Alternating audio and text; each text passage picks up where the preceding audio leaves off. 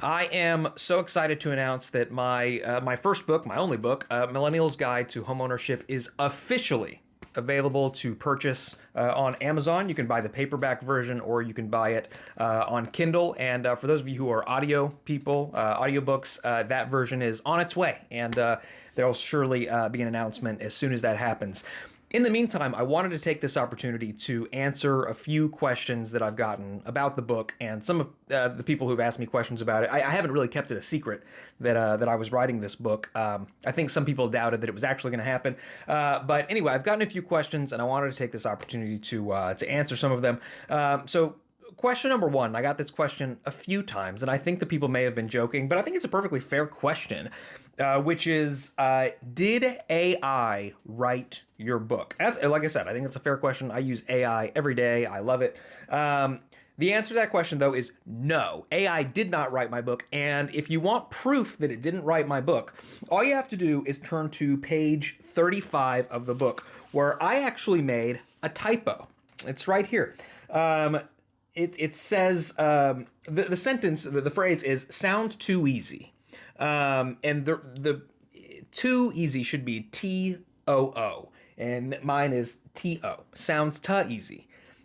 Which I'm pretty embarrassed about. But if anything, it's proof that, AI would not have made that mistake. So before you publish a book, folks, just, proofread it a few times. I was reading it before bed last night, which is really weird to read your own book before bed. But I found that and got sick to my stomach a little bit. But it does prove that I'm human, I guess. Okay, so that was the first question. The second question I've gotten about this book, which is aptly titled Millennial's Guide to Homeownership, is, can I read it if I'm not a millennial?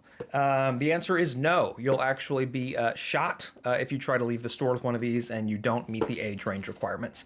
I'm kidding, of course. Anybody can read this book. And, I have a first-time home buyer right now who I believe is in his 50s. And I think this would be a great book for him, if I'm honest. No, it's just, this is a love letter to people of my generation. And I'll tell you why more in question 3.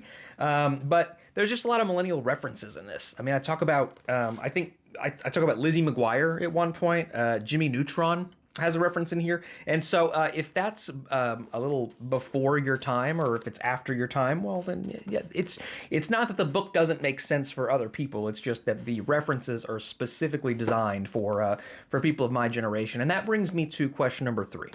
So question number 3, why did you write this book? Why would you take the time, the energy, the effort to write this book? And the answer is, to become rich and famous. No, that's also not true. I actually, on my friends list, I probably have like 20 people who have published books, and they're all awesome people. But I think of the 20, like only 2 of them are particularly well off, and I don't think either of those 2 made their wealth from the books they wrote. So no, that's not why. The reason I wrote this is actually to make amends, because I screwed up. Whenever I was, I never remember if the age was 23 or 20. I was either 23 and 11 months, or I had just turned 24. I don't remember. Or that's actually the other way around.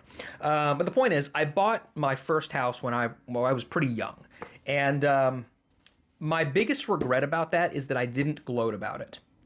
And I know that sounds odd, but I didn't gloat. I didn't brag. I didn't want to seem arrogant. And I think that was a huge missed opportunity, because other people of my generation probably would have seen that and maybe thought there was hope, maybe gotten inspired, maybe asked a question or 2. And those are people that could have been homeowners for the last 10, 11, 12 years. Building equity and all the cool, benefits that are in this book. But I did not do that for them. I didn't take the opportunity to gloat, and therefore they kind of didn't know that it happened. And I feel like I kind of left those people at the dock, if you know what I'm saying. So this book seeks to, it's my feeble attempt to make amends for that.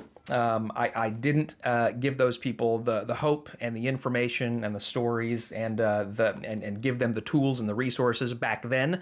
So here I am, a more mature person, 11 years later, doing my best to give them that information. So hopefully that little Q&A is helpful and inspires you to buy the book. You don't have to buy the book, obviously, and if you're not a millennial, you can still read it. If you have kids, if you have friends who have not purchased, who would like to, who have talked about it, who are trapped in the apartment trap, the luxury apartment trap is something I talk about in this book. It's really, really interesting. I'd really appreciate it.